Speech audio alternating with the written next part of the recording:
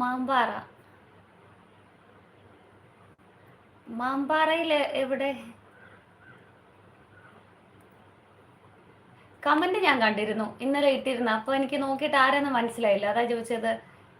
ലൈജ എന്നാണോ ചേച്ചിയുടെ പേര്?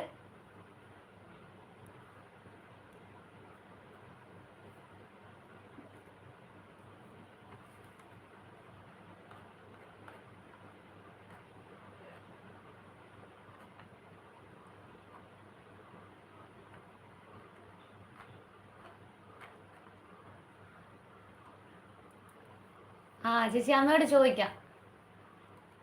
പേര് ഞാൻ പറഞ്ഞതിനാണോ? ലൈജ എന്നാണോ പേര്? ആ ചോദിക്കാം ചേച്ചി, ചോദിക്കാം. പേര് അങ്ങനെ തന്നെയാണോ? ലൈജ ആണോ പേര്? ഞാൻ പറഞ്ഞ പോലെ തന്നെയാണോ?